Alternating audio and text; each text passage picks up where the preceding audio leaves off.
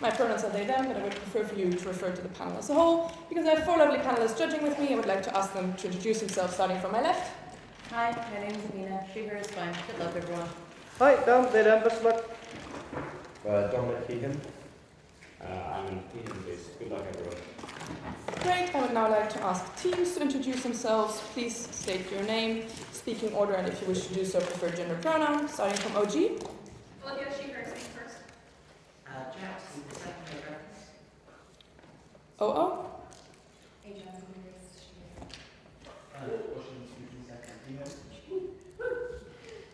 CG.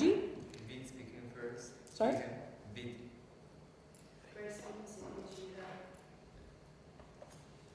And CO. Aniket first. Matevz second. Okay. Could I ask any of my panelists to thank you, please? Yeah. Aymaan, do you want to? Yeah, I'll do it. Okay, go ahead. We'll review the drawing. Great. Then, without further ado, I would like to invite the Prime Minister to open this debate. Here. I'm going to take 5 minutes.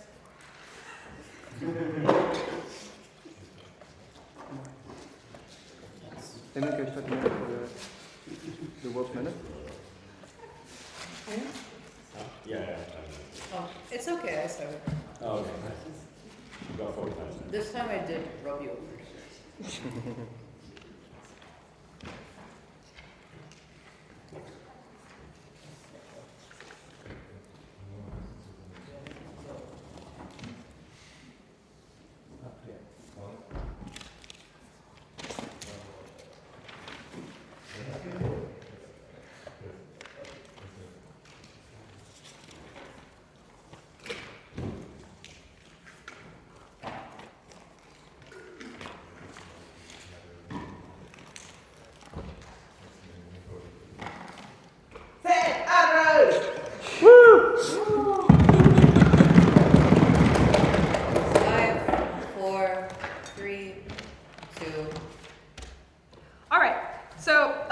On how we think this chip is likely to be used, who it's likely to be available to. So I'd start by framing this out, is that this chip is not going to be something that's going to be widely available, that's going to be used by all people on a wide level, that's going to be commercially available, et cetera, et cetera. Instead, we think that the most likely scenario here is that access to this chip is going to be restricted only to people that have been authorized specifically by the government, and especially government agents.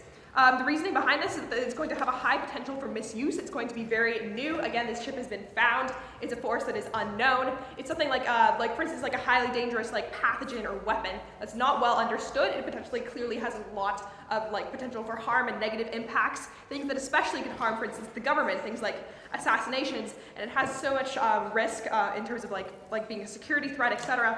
I think because it's so unknown, the government is likely to play it safe with such new technology and heavily restrict it to those who have a reason to have it. Because it's a chip, they might feel that if they start, for instance, giving it out, it might be misused. And because of that, they're going to restrict it to people who need it, who are going to be using it in very specific scenarios. And so again, it's not going to be given out to corporations and stuff for just general workers. So I think who is going to be granted to? Probably government workers who work especially in specialized, time-sensitive professions. And this is going to be our main impact, and these are the scenarios that we're going to be discussing. These sorts of scenarios where having people in specialized roles where time is really of the essence, having that manpower can really make a big difference on the ground. I think this is where this chip is going to be especially crucial. Sure. Which government will find this chip? So I think we're probably going to set this in just a Western democracy. I'll leave it at that for now. Okay. So first of all, my first example of a profession that might receive this sort of chip would be people who work in isolated areas and in cases of natural disaster relief. For instance, this might be people who are responding to things like landslides and natural disasters, like earthquakes and things like that, that strike out of nowhere. It takes a long time for people to reach a certain area. You can only get a certain amount of people who who have the experience to do things like operate the machinery and etc. to get people out of like the rubble. They understand, they have like the specialized knowledge necessary to rescue people from these types of situations, and necessarily like these situations are very time sensitive. You can only get a certain amount of people there in like in a certain period of time. So I think in this situation it's going to be very beneficial to have such a chip, because again, manpower is crucial. If you saved if you have more people, if they have the ability to split themselves up, you're essentially doubling your manpower. You're increasing their ability to again like go ahead and perform these rescues in as quickly as possible. You're getting people out of that situation faster. You're saving lives. Yeah. And okay, second example. For instance, crisis healthcare. Like these are situations in which, for instance, there has been a large-scale car crash. There's a lot of people who have been hurt, and there's a hospital, for instance, and all of a sudden they no longer have the capacity. It's like an emergency situation where suddenly they're being told they should use this chip because again, they don't simply have the capacity with the doctors already like there single-handedly to treat like the situation that is going on.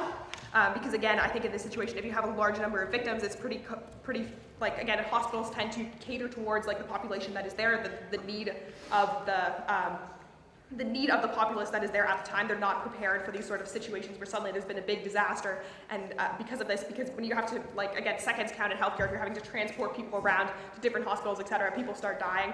And I think if you can use such a chip in those cases, like there is the option available to again split up those hospital workers. You can save a lot of lives in that way, because people are being more effectively treated for their injuries, and there's more of just attention on everyone there. I think this especially applies to specialized healthcare. For instance, like people who like for instance that are really good at dealing with like particular types of like obscure like medical conditions that require like years of training and like a lot of like really intensive like research, etc., to reach the point where they're able to do this. There's very few of these people available, and if there's suddenly a situation again where their specialization suddenly becomes a lot more relevant, like again there's been like some sort of outbreak of a specific disease or something like that that can only be treated by these particular people, I think it's really beneficial in such a situation to have like again a chip where you're actually you can multiply these people so that again they're able to deal with that situation in a way that would not be possible, because it's simply not possible to have like a wide range of like really specialized healthcare workers in absolutely everything.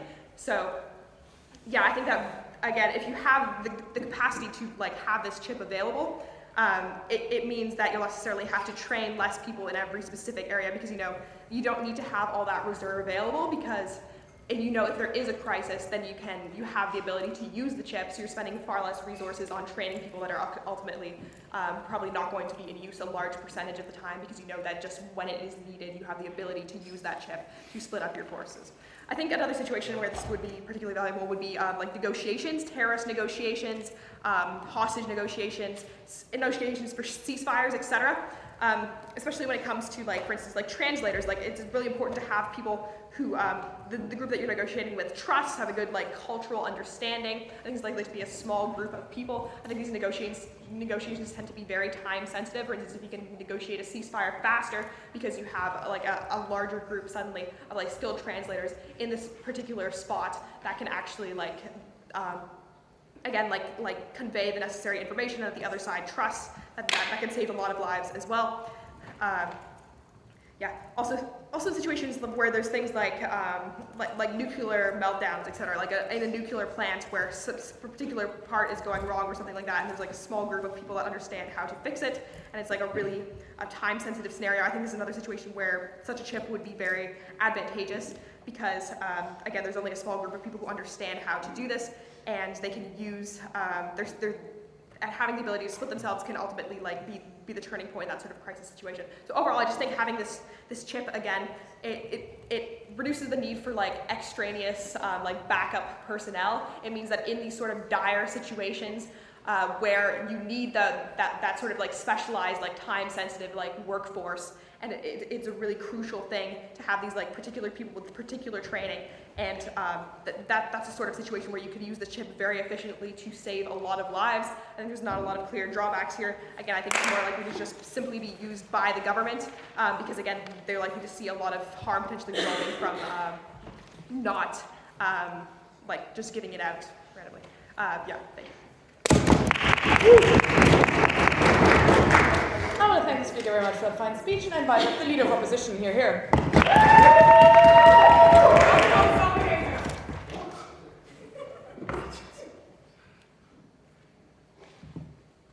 Okay, firstly, I'm going to deal with the case that we just got out of the last speaker and the sort of uncharitable framing that they set the debate in. But after that, I'll get on to our main point, which is burnout. Okay, so they tried to frame this debate in that like governments will be the people who give these chips out, and they will only give them out to very specialized groups of people. Okay, we think this isn't going to happen for two main reasons. Firstly, even if this was the case, we think businesses have a massive amount of lobbying power, given that they have a massive amount of capital in society. Given that they probably tried to frame that businesses out of this debate because of how incredibly beneficial it would be to businesses, which I'll get onto later in my point, businesses are very likely to use this lobbying power to lobby governments to give them access to this chip for their employees. Then we think governments have the ability to put this in contracts or buy the chip for their employees and force their employees to use these chips. So we think businesses will get access to this chips. Also, worth pointing out, this is not a policy motion. You cannot just say this would happen. You need to prove to us why governments would have the patent to this technology. Like the info slide just says that like this chip has been found, not that this chip has been found by a government. We think that it is quite likely that this chip and this technology has been discovered or like created by a company. Why is this the case? Governments do not have the mechanisms or ability or funding to put this amount of research into something that like may not show any results. So we think it's just significantly more likely that this chip has been developed by a company, because governments, like again, don't have the mechanisms for this like level of research, but governments also don't have like endless funds to like dedicate to like to somewhat risky research, and it's quite like politically unpopular for governments to dedicate significant amounts of funding to like fruit this research. So we think it is incredibly likely that a company has actually like created this chip, and that the company has the patent over this technology.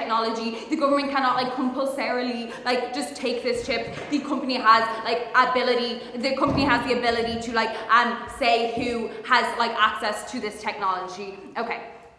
And yeah, governments also probably can't regulate this after the fact because of like the aforementioned lobbying power that companies have. Okay, beyond this, we tell you that like even if you buy their case, all of our impacts are their most severe when you are talking about these type of employees. Insofar as where you are working in incredibly high pressured environments, the costs of mistakes are necessarily higher. So where you are working in like a nuclear meltdown, if you have been working double the hours, so are twice as tired, the cost of a mistake is necessarily significantly higher, so it just scales our impacts. And beyond this, we just think this means that people do not go into these types of professions which are incredibly beneficial to society. So we think you are given that people currently take like working hours and working conditions into like consideration for like what professions they choose to go into. We think when a profession is known to implant a chip in you that makes you work twice as hard, you are unlikely to consider that profession.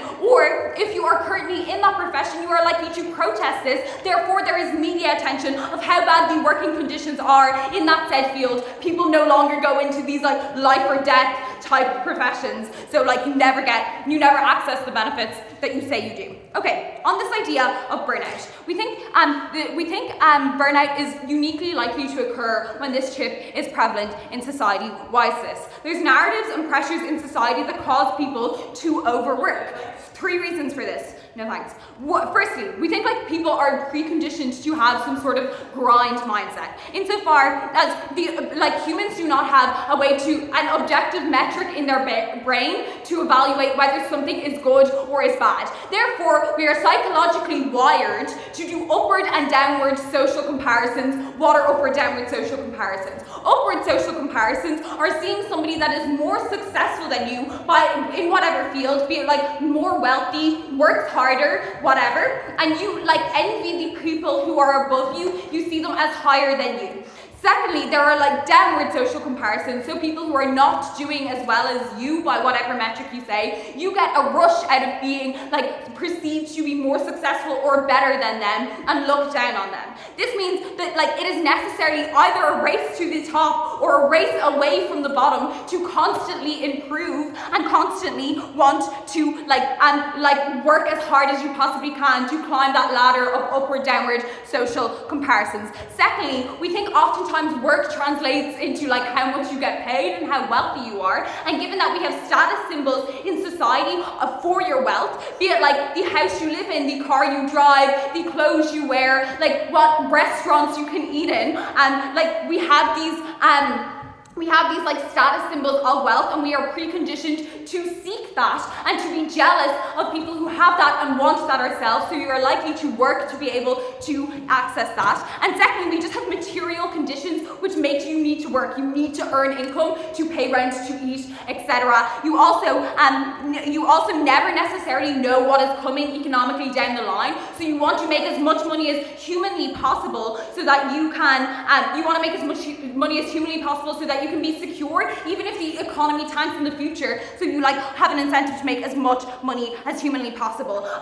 As separate to this, companies are just incredibly likely to like want their workers to do this and to use that lobbying power to get their workers to buy into this and put pressure on their workers to like work twice as hard. So we think there are internal external pressures, which means people always opt into this. This means that burnout is just like significantly more likely because you are working twice as hard. Like you are, and notably, it is very difficult for you to identify and track what is causing you to burn out because there are twice as many factors. So it's harder for you to identify this type of work is making me burn out when you are doing a multitude of different things at the same time. So you're significantly more likely to burn out. Burnout makes you take time out of your job oftentimes because it's so mentally distressing and burdensome on people. And since everybody now is forced to work twice as hard, we think inflation probably skyrockets. Notably, this is across the board, so everybody, any proportional gain in income isn't actually materially benefiting your circumstances because everybody else is making the same gains in income, so inflation just skyrockets.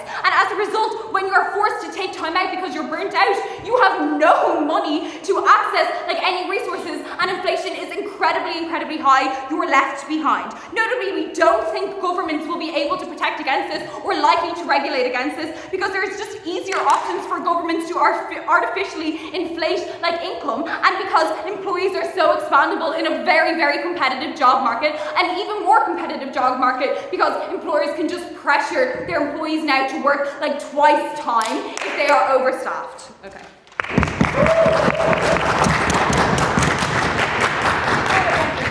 Thanks, Speaker, very much for the fine speech, and invite up the Deputy Prime Minister. Here. Hey, Congress! Woo!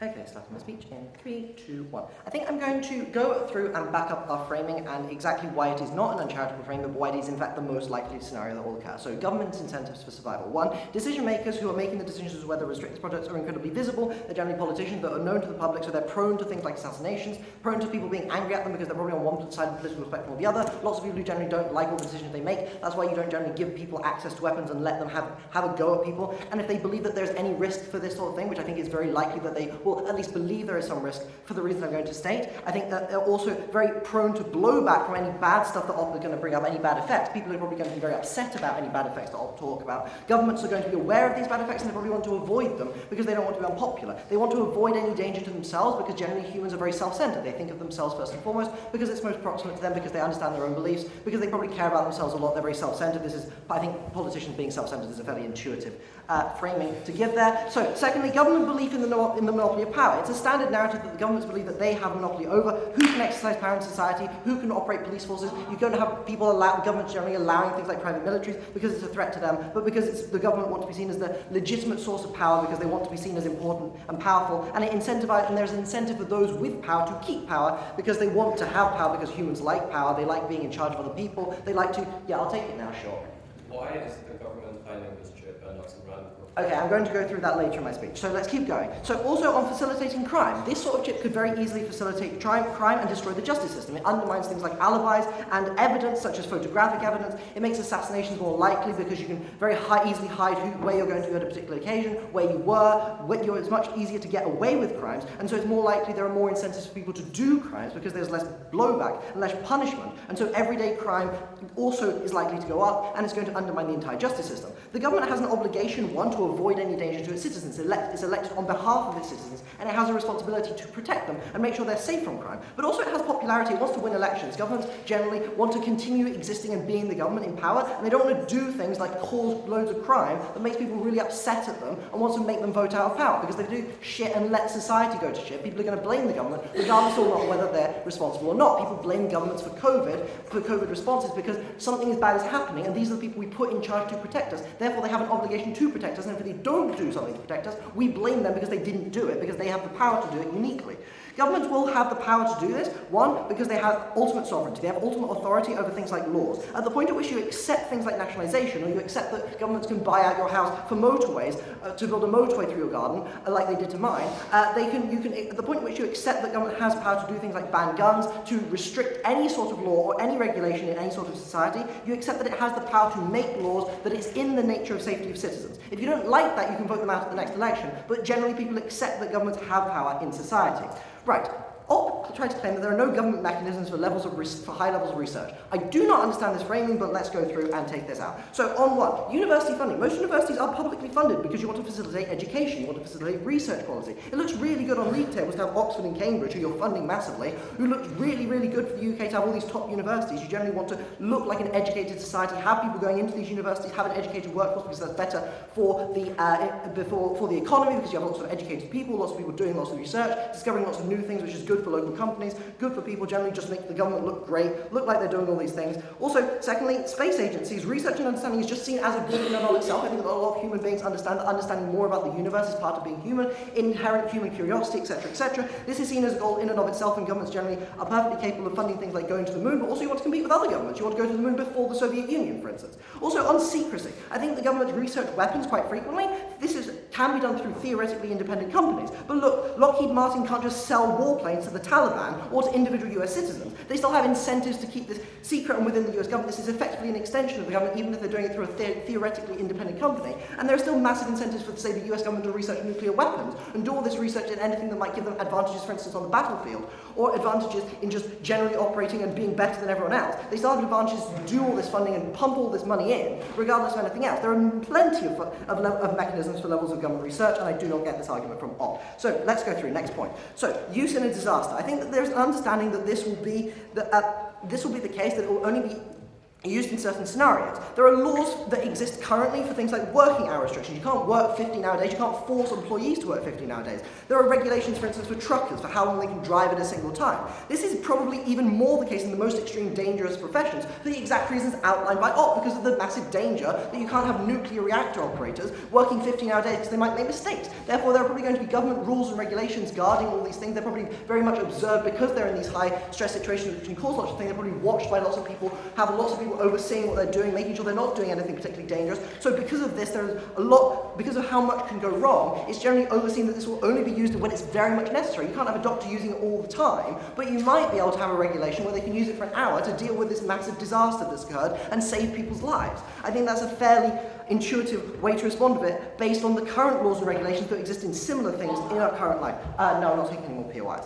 I think then going through, what else is next that I need to do? Yes, so also on the point of negotiations, I think that we need to emphasize here that there are often very obscure languages involved in conflicts in the world, because conflicts often involve different ethnic groups, people who are different generally fight. I think, again, fairly intuitive case, and often negotiators, as well as individual people having the necessary relationships with these people to do it, they often also need to know both languages to negotiate with people. Maybe this is a time-sensitive ceasefire, we have to stop people fighting because people really, really hate each other, but everyone's negotiating, it's only going to hold for a certain period of time, we need to do this, it's very time-sensitive. Also, other governments are very likely to work on the same things once they know of its existence, so I think that this will likely be the case that all of our benefits are going to be held by other governments generally once they learn of it, and governments again have the massive amounts of resources and power because they have the unique ability to loan lots of money and spend lots of money because they have power over their own currencies, so they can probably put loads and loads of research into this. Also, it's not a unique way, I'm going to do a bit of preemption here, it's not also a unique way the governments can cause harm. If closing op accept our framing and say that that is going to be used by governments but in a bad way, there are lots of other ways that governments can cause harm to people and use bias. They already have fear over massive amounts of power in society, like the police force, like the military, that they can use to emphasize bias and restrict and discriminate against people. And I don't think that this is likely going to be a unique mechanism that massively increases this in any way. The difference is that it is a unique way that the government can use to help people for all the reasons that Olivia already outlined in her speech. I think that on the business lobbying power, I think that money is not the most important thing in society, and we recognise this is the same reason why governments restrict things like accessing to guns, because we accept that things like human life is more important than guns. We don't allow people to have access to heroin because we recognise that it's just only bad for people's health. We don't allow people access to nuclear weapons because we review that's going to be really bad for society. I don't think the business lobbying power, even if it's good for them.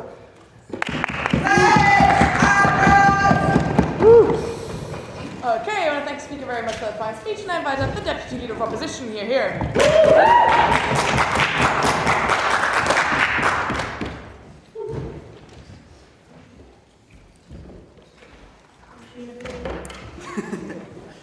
That's family's lot, yeah.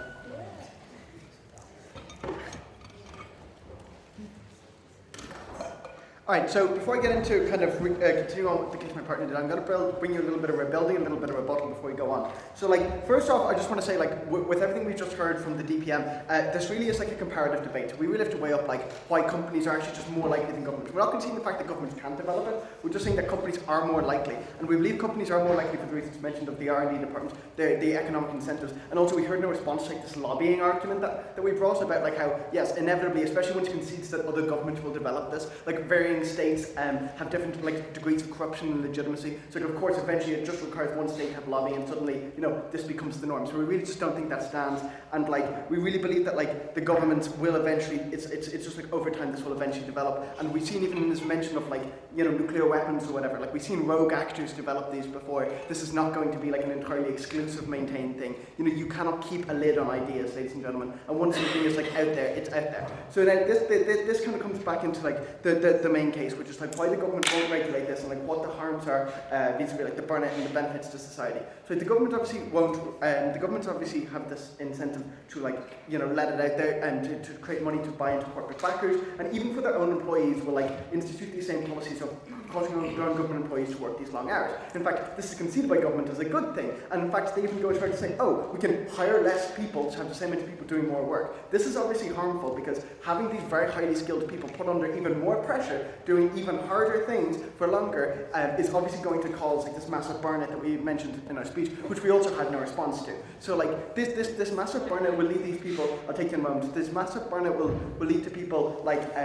leaving these fields, not joining these fields, or worse still, the people in these fields will actively start looking for other employment, which could lead to just a complete collapse of the ability to respond to these crises, where these people are most impactful, as they mentioned, the safety technicians, the healthcare workers, any of this. And if they say this isn't the case and they can't even access their own benefits they brought us by limiting the amount that it's used, well at that point, what's the point of having it? And the flip side states that you experience the mental and physical effects on both parts of your body. What stops people from simply working one half of their body and sleeping the other half, or sleeping twice as much and experiencing twice as much sleep?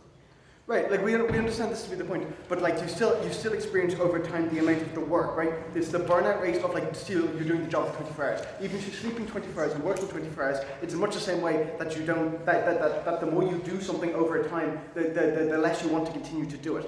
Even if you do get the 24 hours sleep almost consistently, you're also basically never ending work in your job as a surgeon or a nuclear safety technician, at which point you do become lethargic to the action of not even physically tired or mentally, or not physically tired, but you're disassociated from the action because you're doing it so much, right? It's sorry, I should reframe that into the point of you're spending so much time at this thing that you become numb to it at a certain point. People need breaks from things, so this obviously is not a relevant point. Right, so this kind of comes into why this is going to be a benefit for the already wealthy and the powerful, and it's going to be a detriment to the average worker and the middle class person. Right, this is because of the fact that we understand over time that having proven to why these chips will be rolled out to corporations and to governments to their mid-ranking employees, we believe that this is going to enter into the new normal phase of people being expected to work twice as much or much longer hours over time. This is negative because obviously what you end up is people are taking a physical and mental toll. Now, it's presumably they mentioned presumably you can expect that wages will rise with this, or something might be brought to you by government, which we haven't even heard so far. But the obviously counterbalance to this is the more people earn, the inflation obviously goes up with this, right? These wages get wiped out, these increases get wiped out, especially as it becomes normal and standardized across industry. So what you end up is with people being expected to work these exceptionally longer hours, or rather working twice the amount of time in the same amount of hours, and circumventing various labour laws you can only work people 15-hour shifts. Yes, but you're working them twice as much within the same shift. More demanding labour. It just isn't an equivalent thing. So people are suffering these same impacts onto their mental well-being, their physical well-being, and various other things. Instead, what you're ending up with, and then at the same time, you're ending up with the class of people who can afford these and who can access these and lobby these chips, the private individuals who use them for personal gain, can have more time to do more things, such as family time, holidays, and what have you, at the expense of this massive underclass of people who they're now working twice as hard to make the money to afford these things. So what we're seeing is we're creating this really big divide over time between between the people who can use these chips for their own personal gain and the people for whom these chips are producing the excess wealth for their managers, boss, government employers, any of these sort of things to utilise. This is obviously a massive harm that we understand in the debate, which we haven't heard from government as to why this wouldn't be utilised by government employees who just go, oh well, if we're in charge of regulating who uses it, I'm an important individual, I'm going to use this, spend time with my family and have a longer holiday this year. This seems like a very obvious outlet for corruption, and especially if there's no oversight over this seems so. Even if what they're saying is true and it's tightly controlled, you still would end up, even within the own system, of having different hierarchies of who gets it, how they get it, and for what reason they get it for. Do we have any responses from opening government before I continue?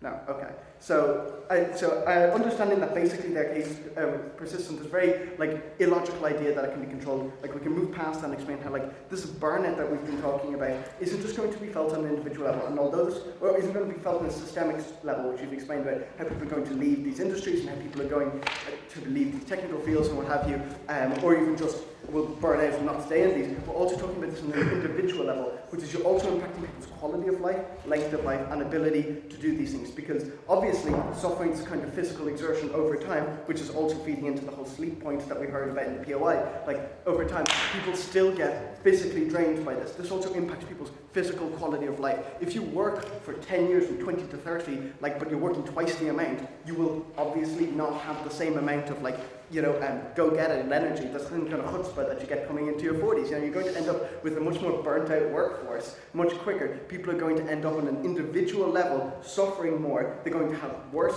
quality health later in life. They're going to suffer ailments faster. They're going to get more tired, lethargic, and this obviously is a negative quality of life for people who are worse into these situations, ladies and gentlemen, not by choice, but because their decision to enter a field that helps people has forced them to enter into this coercive arrangement whereby they have to work twice as much for diminishing returns in pay, and it just simply isn't a fair situation because they do not have a valid choice in the matter. And it's for that reason we beg you to oppose.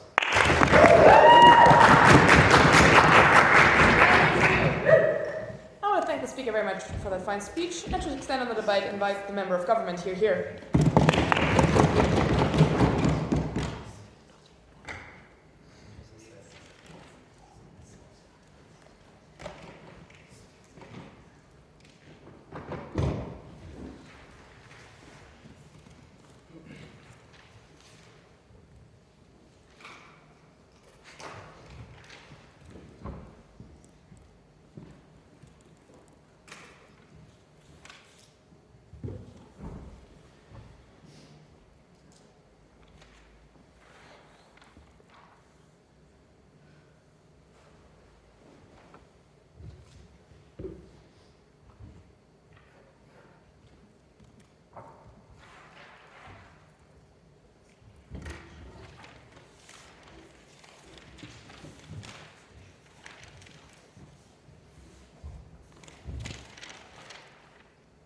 Panel, I will structure my speech in the following manner. First, I will provide some extraneous rebuttal to the case brought by the opening opposition, and then I will move into our positive material, showing to you how this chip can actually lead to better work-life balance, how this chip is actually helping the most vulnerable people in the population, such as poor people and ill people, and I will be talking why these unique arguments are outweighing also opening government. So first of all, some extraneous rebuttal.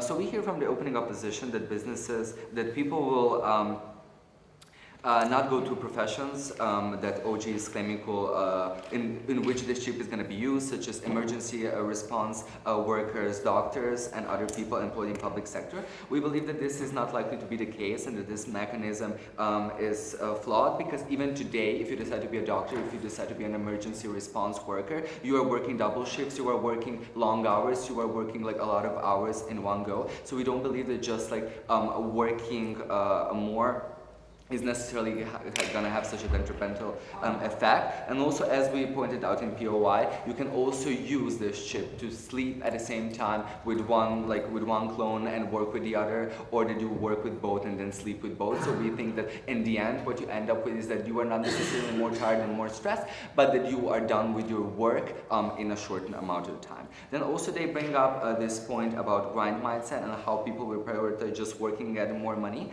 and how businesses are going to force them to work more and more and do double shifts. I think that business's main priority is to have productive workers, and I think we're at a point in time, especially considering the fact that a lot of businesses are thinking about having 4-day week instead of 5-day week, that they're recognizing that the rest and sleep is important for their workers to be productive, so they will not just go out there and demand from every worker to work double. Also, they're ignoring the fact that those workers are gonna have to get paid for their extra work, because they're also conceding to that in their framing when they say that those workers will try to earn more money, so this means that they will be paid double. So those companies are not suddenly going to have that much more money so that every worker can be paid for double shift. And we also don't believe that all of the workers will want to work double, and we will explain this in our unique argument. So the businesses are not going to try to exhaust the workers, and they're just going to want to find the good balance between having rested workers and having workers that can be the most productive to their company. The second framing we get from there is that they're saying that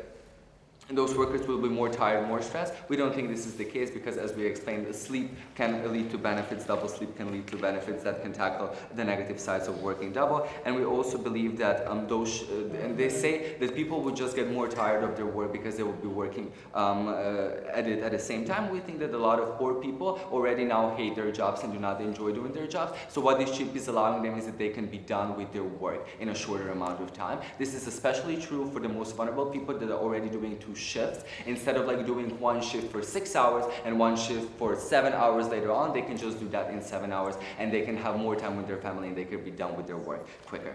And also a last point that I want to tackle that was brought up. So they're talking about inflation, how people having more money is going to lead to increase in prices. We also think that inflation always comes with better standard of living for the whole society. Of course, people on the top of society will experience more benefits, but we think that there are also benefits for people on the ground, because that means more taxes, means that government can improve education and improve other sectors that will benefit even people on the ground. So we think this is a good thing. And we also don't think that the inflation curve is going to catch up in such a way that people will actually have to work double to live the same standard of life that they had before introducing this chip, because that doesn't go hand in hand like that as presented by the opening opposition. But let's go into our positive material. We think that the most important stakeholder in this debate are vulnerable people, and these are not just poor people mentioned in the opening half, but these are also ill people, and we will uniquely show how they benefit from this chip. So first off, we concede to the characterization provided by the opening opposition that businesses will be using this chip, as I conceded to in my rebuttals, but we are also thinking that they're ignoring the fact how government can use this chip in a positive ways, and those positive also outweigh the positives brought by the opening opposition. Because what we think is that governments can use this chip to help poor people, and they can help ill people. So how can they help poor people in the context of welfare policies? So what it looks like, this means that like people that are already most vulnerable now, that are working double shifts, they can get this chip. This means that they can end their work faster. Instead of working 13 hours per day, they can be done with their work in 7 hours. This means that they can spend more time with children, more time with family members, more time with friends.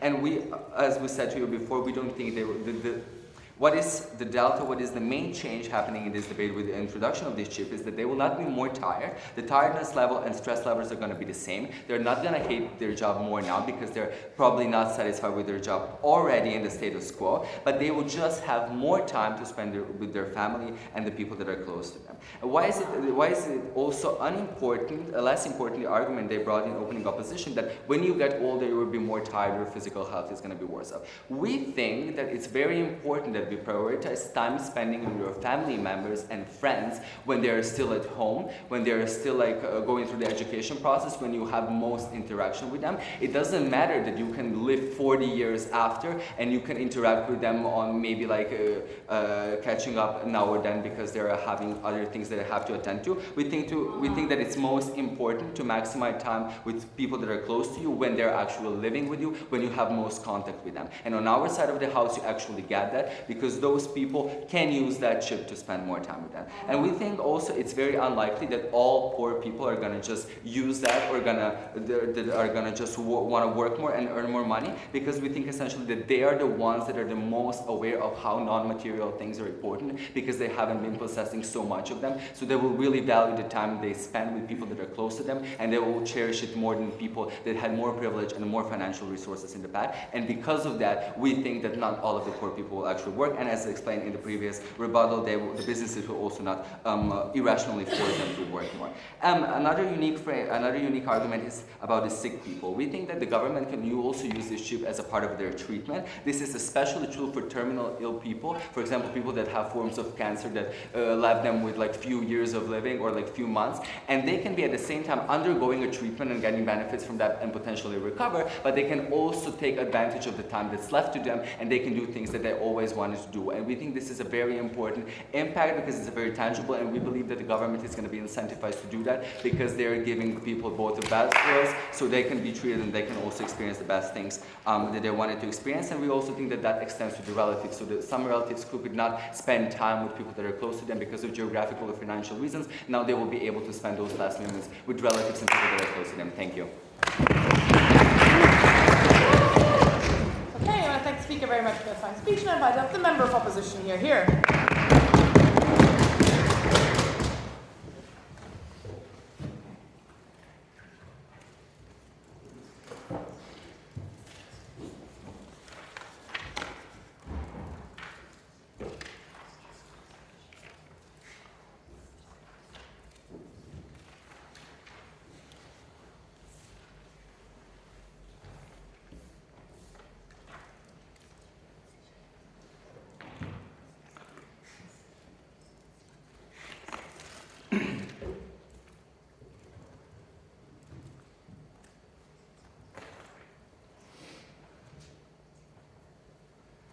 When you stand there, the camera cannot see you anymore.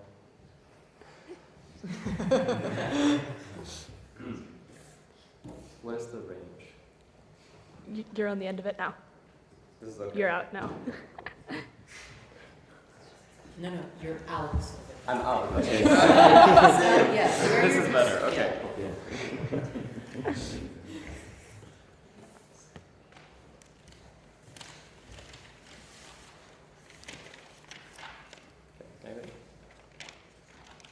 I don't want Daan to knock me out of another final, so I'm going to make it very clear why we take it over every single team. OG's case is contingent on having governments being able to do these things. 3 reasons why it's unlikely to happen. 1, companies have immense lobbying power. It's very likely that even if it is found by government, we should never prove why the likelihood is likely to happen. Companies are able to pressure it to put them on the market. Secondly, this is based on the assumption that it's a Western liberal democracy. Western liberal democracies are in the West and are not the majority of the world. So statistically, it's also unlikely that it's found in these areas. Also, they're geographically smaller nations. So if it's found somewhere, it's probably not going to be in the weird, cool Western liberal democracy that opening government says. Thirdly, governments want economic growth. We flip their mechanism on these kind of things because it's more likely than they give it to companies and put it on the market as something that is useful. Best case scenario, governments are not benevolent. I'm unsure as to why even if you have the capacity to do certain things, on government and even closing government side, why governments will A, have the capacity to do it in a meaningful way, and 2, have the incentive to do it. Governments are non-benevolent, they're not necessarily some benefactor of society. It's unclear to me why this mechanism holds, even if the capacity for the government to be able to do this holds. I think that in contrast to what maybe opening opposition says is like companies have it and then they give it to workers, I think it's specifically rich companies that are likely to have this and upper middle class companies. Their case still stands, it's just significantly narrower, and we think that we're going to extend it in a way that is meaningful, taking it over opening opposition. This is the first extension. They talk about how people are overworked, you give it to poor people, and they're then structurally more overworked. The case coming from their side is, well, they will work less, they will work more efficiently, and then they will go spend some time with their families. A couple of problems with their case, firstly. One, you having more time, in terms of you being more efficient, does not mean you work less. You are still working for those 8 hours, even if you complete more things within that particular time. Likely because you have contracts that say you need to work for 8 hours or 9 hours. So just because you complete the task doesn't mean you work less. But secondly, the time spent with your family is not good time if you're the same amount of fucking tired that you would be if you worked for 8 hours on our side of the house anyway, right? Because if you're tired, the quantity of time is fundamentally irrelevant in comparison to the quality that you get on either side of the house. Then the comparative on opening opposition is still somewhat weakened. Because yes, it is true that some people are now overworked, but we say it is the effect on different classes of people that make a real difference within society. That is to say, we think rich people are exponentially benefited from the ability to have this shift in poorer people. A couple of reasons for this. One, they are in higher positions anyway, thus structurally more likely to make more capital if they attend more meetings, if they go to more company visits, and all this kind of thing. And secondly, they have more initial capital to do things and use their time in a way that is meaningful, invest in more different places, be and connect in different networking drinks, and all of this kind of thing. We think at that point, it is much more likely that A, rich people get a disproportionate benefit, and B, you're able to further necessitate capital accumulation on a very long run. This is how we take it over opening opposition. Because opening opposition just says, poor people are overworked. Likely this is true on either side of the house. It's unclear to me what the tipping point is. What is different is the exponential increase in the change of how much rich people are able to benefit from this. The second way rich people are able to benefit is optically. Rich people like to have the optic of being a nice member of society where they give to particular charities and all this kind of thing. It hides the inequality through a metric of meritocracy at the point that rich people are able to do this to an extremely large extent, precisely because they're able to be at a charity drink here while also doing whatever stock people do in the UK or in New York, right? At that point, we think it's significantly more likely that the difference between the rich and poor is significantly larger. This, A, is new, B, exponentiates opening ops analysis insofar as the power asymmetry within companies, between the people at the top and the people at the bottom. That's kind of a Marxist extension, but we do it better. The second thing, I want to deal with opening government. Opening government says two things in terms of specialized workers and in terms of regulation. Firstly, this regulation thing, you cannot have the cake and eat it both, right? If you're going to give it to specialized workers who are going to overwork themselves in high crisis areas, you're plausibly able to do this with everyone else, opening op is fair here. But secondly, I'm genuinely unsure why this is used in this particular way. Okay, you're doubling manpower, but you're still the same amount of tired. It's unclear to me why this is more efficient in comparison to something else. But secondly, how the fuck is this authorized? Probably it takes a really long time for you to give it to one specific person, especially if you take the inefficient Western liberal democracy that opening government wants to say. So it's genuinely unclear to me why this is something that is an efficient way for you to be able to change something. Then let's do, I've already dealt with closing government. I'll take a POI from emoji. Yeah, sure. So we never claimed the government would be the only ones that could develop this, but we point out the government's restrict things they can do sufficiently on dangers like assault rifles, even if they're made by private companies. I don't really care if it's a Western democracy. This is just not true. Firstly, this is not true in many countries. USA is an example of a Second Amendment, but a lot of other countries allow firearms, for instance Serbia, which is questionably a democracy. But secondly, I think that there's a lot of countries in which it's just likely that companies have a lot of bargaining power over the government anyway. So for the same mechanism of economic growth that they want to have on their side of the house, likely companies have this on either side of the house. So I've told you now why OG falls. That's a direct rebuttal extension, Daan. I've told you also why we take it over opening opposition because we're better in terms of the way that it functions, like in the weighing of who is actually benefited, and able to exponentiate the harms that opening opposition says. 2 more extensions coming from closing opposition. 1, you become fucking insane. And this deals with a lot of the analysis that the government says, insofar as you work harder and you work more efficient. There's 4 structural reasons why you become insane. 1, you're keeping track of multiple interactions. Often these are multiple interactions where you're talking to different people. Oh, the premise of this is you are the same mind who has control over both bodies, so you have to be able to keep control of both interactions. The second is you hear different voices, but they might be talking in simultaneity, so you're really unfucking sure what is going on. Thirdly, you have possible doppelganger effects, so you might be able to see your other person in some other place if you're very close proximately. And fourthly, you're likely to have identity crisis, at the point in which I'm a different person when I'm talking to Alex versus I'm a different person when I'm talking to Matevz. I think this is fundamentally likely to make you go insane. This means it's much less likely that all the benefits of government are realized because you're just structurally a worker who's unable to understand their own fucking identity. The third extension we're going to give is a little more philosophical. It's on the meaning of life. And we think the meaning of life is contingent on the scarcity of time. That is to say, you only rationalize the value of life at the point at which you rationalize your preferences within these lives. That is to say, if I always have food and I take it for granted, it doesn't metaphysically give me any value in life because I'm not rationalizing its value in my particular life. At that point, we think the comparative is you never have to rationalize these preferences because you're always theoretically able to do everything. That means that even if everything else is a wash, on a principle level, we think it's bad to have this particular chip. The impact is symbiotic because you're unable to assert your personhood over the preferences and priorities that you have as an individual, but other people are also able to do that for you. That is structurally harmful on a philosophical level, irrespective of everything else being a wash, which if it's only one chip is probably the case anyway. Vote CO. Okay, I want to thank the speaker very much for that fine speech. And in terms of government bench, I invite the government whip here.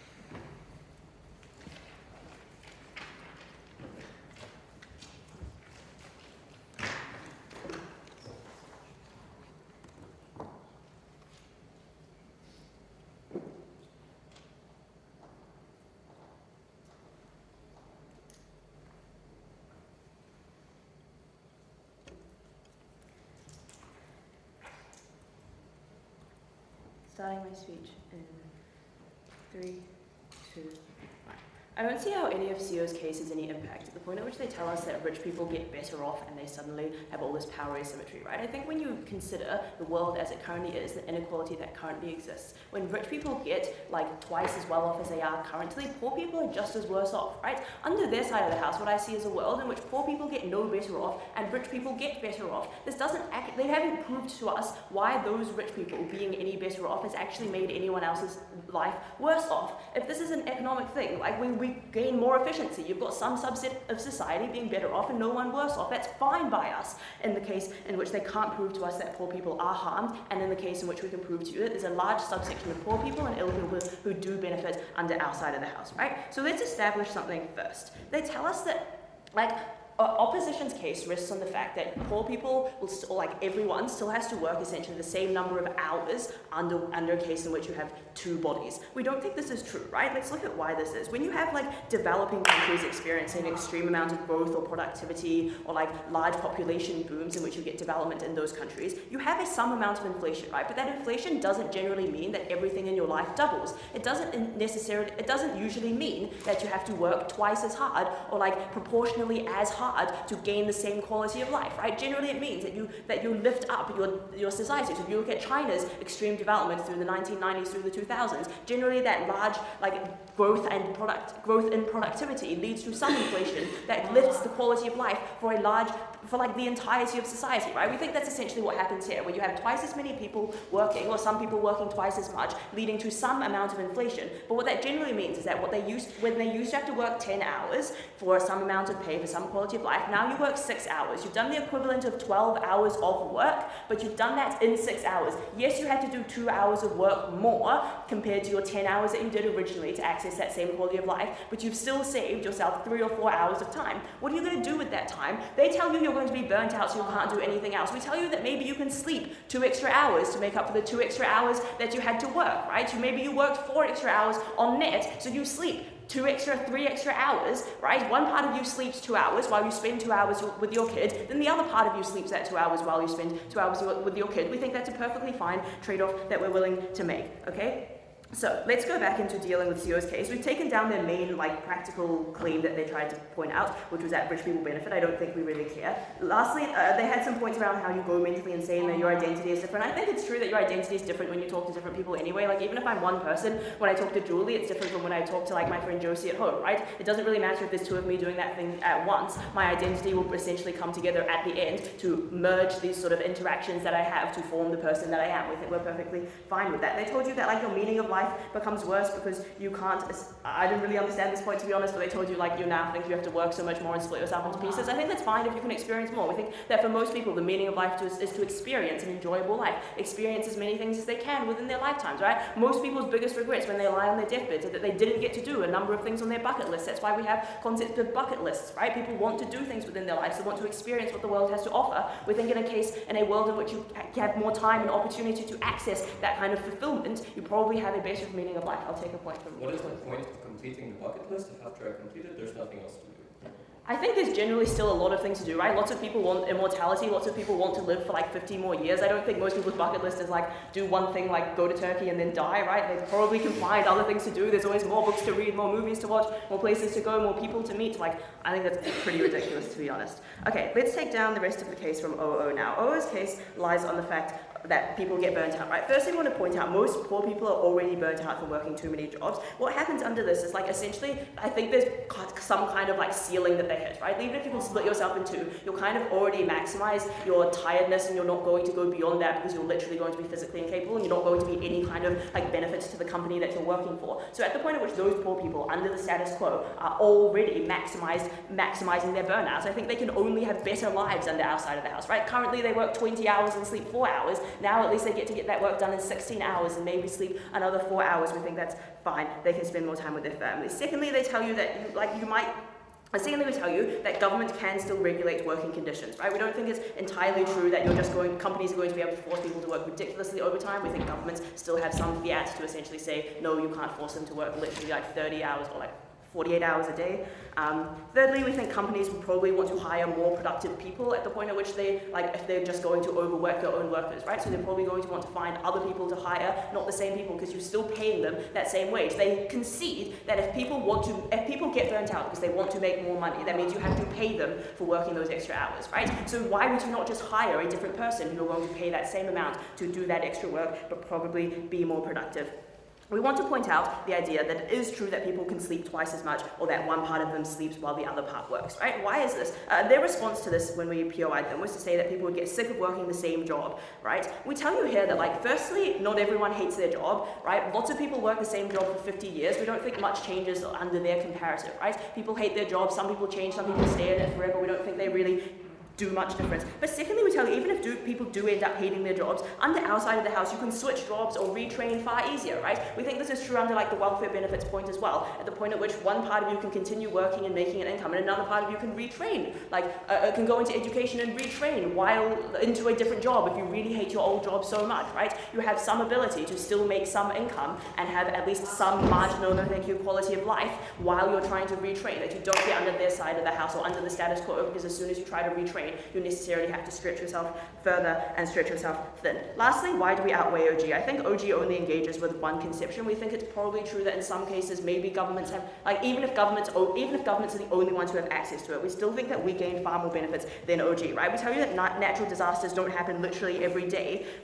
And so therefore the benefits they claim are pretty marginal on like random edge cases, but we tell you under outside of the house people benefit on a daily basis, right? The quality of life, even if you're rescued from a natural disaster, what matters after that fact that you're alive is your quality of life. It means spending time with the people and the family that you love. Maybe you're rescued from a natural disaster and now you have some kind of terminal illness. Under outside of the house, you actually get those people a better quality of life. You get them to spend more time with their family while they're like going through treatment. You get them, it's like while they're going through cancer treatment, for example, you allow them to maximize those last years of their lives, however long that may be, however healthy that may be. They get to enjoy a better quality of life, and that exists for everyone, not just people who suffer in a natural disaster or people who need some kind of healthcare. And for those reasons, it's clear that even if we take OG's case that the government can regulate this use, we still gain more benefits. This is still something that the government can do. We're proud. Vote CG. Thank you, Dominic. And now for the last speaker of the debate, the opposition whip here.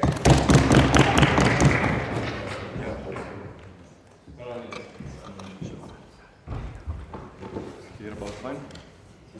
Great.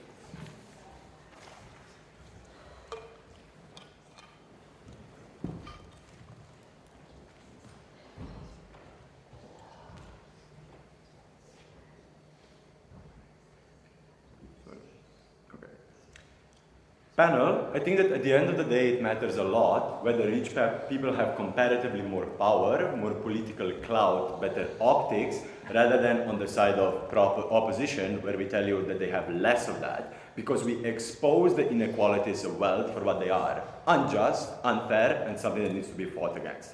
The problem with closing government then is that they refuse to engage with the crux of Emmanuel's extension, crux with Aniket's extension. They rather engage with the straw man than the actual material. So what did Aniket bring to you? Two things. Firstly, he tells us that rich people have the ability to make more money now. Why? Because they don't have to carry the cost that the poor people about which opening opposition talks about have to. Because rich people will have enough time to rest, to recharge. Rich people will have enough time to decide to prioritize their family. Poor people, comparatively, as OO fairly points out, are not able to do so because they need to earn money. Because more money you make, the more you grind, the better the life is for you and your family. This is something that either of the governments never engaged with, still stands. But secondly, and more importantly, what is the optical impact of rich people being able to get money by working? Because I think crucially, always, wealth inequalities need to be justified, right? There exists a societal narrative why someone is better off than you, because otherwise we would like fuck all the rich over, kill, guillotine all of them and eat them or whatever, right? I think that at the end of the day, what they are doing is they're giving the additional credence to optics of meritocracy on their side of the house. Why? Because now rich people can do high demand jobs without any stress or pressure. They can be the best mother, the best father ever, and at the same time do all the high-rise work of a CEO, do all the troublesome work that other people cannot, be in intense jobs, get the intense holidays, whatever, the perfect life. And the problem with that is that it's harder to push against the narrative when the benefits of the rich, which are unfair, are disguised by the veil of meritocracy.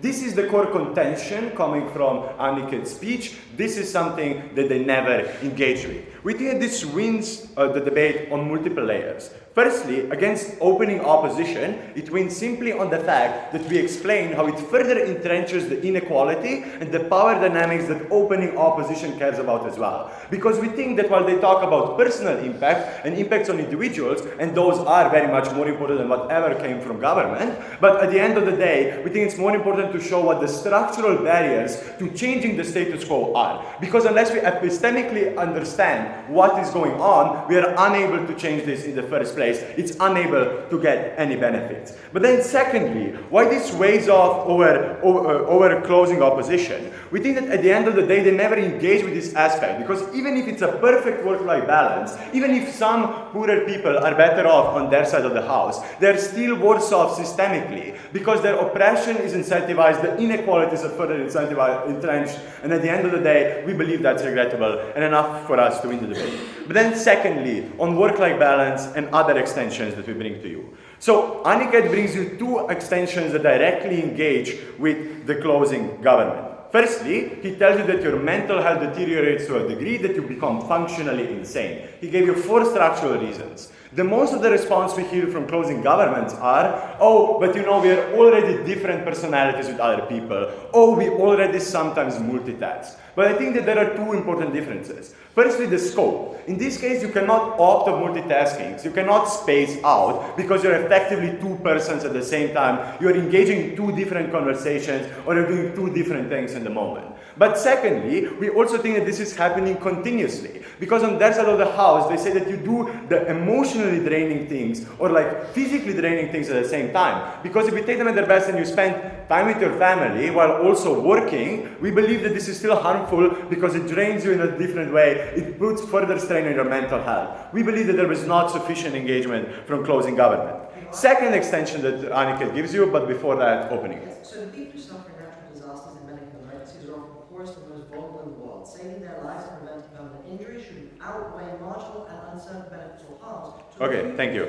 So, let's just deal with that. I wanted to deal with this later. But three answers. Firstly, they never explain which government gets it. I think this is an important question because if a government is, I don't know, let's say US, right? They're likely to prioritize government business policies. They're likely to prioritize exploitation of workers because they simply don't give a shit. This is why they don't have sick pay. This is why they don't have general health care. Stuff like that. They never explain to us why governments are always benevolent. Secondly, Aniket already brings this analysis, but let's expand on it. Governments respond to different incentives. So even democratic governments, which are the best case scenario, respond to electoral incentives. I think the strongest electoral incentive is to have economy growing, meaning that you are likely to incentivize exploitation of people. This is why governments don't do shit about, like for example, gig economy. This is why governments don't intervene on some of the most exploitative effects, especially in the developing countries, right? Where you still have child labor in democracies in developing countries, where you have legalized exploitation of people everywhere. We don't see why this would be different here. But thirdly, even if we take them at their best and say let's deal with natural disasters in particular, we think that the unique harm that they are bringing is that whenever you leave this up to the electorate, to the government incentives, it's always that the most vulnerable are still going to be worse off. I don't think many people care whether a black community is destroyed by a natural disaster. I mean, look to all the things that happen in the Caribbean, all the cyclones that go there, and no one gives a fuck and does a damn in the international community. We don't see why that analysis stands here. I think this is out of the debate. But even if this is not true, we think that we way over OG in this case because inequalities make the consequences of those things even more pronounced. So I think that income inequality makes you feel the consequences of all the natural disasters even more than if there was no income inequality. So as long as we prove to you that because of the change of optics of how rich people are perceived and how inequalities are perceived, it's harder to change the whole system that perpetuates inequality, we believe that the consequences of the natural disasters are worse off on their side of the house. Even though if it might be marginal, we still think that at the end of the day, it's better for them when there is less inequality, even if some troubles come when dealing with natural disasters, even if everything's not perfect. But to return last to the Aniket's extension on meaning of life, we tell you that you get meaning of life from scarcity. I don't want to be immortal, maybe I'm just depressed, but generally I think that's really bad to be there and say, ooh, I will exist forever, do whatever you can. Only when you are forced to make trade-offs, only when you know that there are some things that you cannot do, then you can make the real prioritization of life, of priorities. Only then you can make an active life in your control. For all of those reasons, the closing opposition deserves the first. Thanks.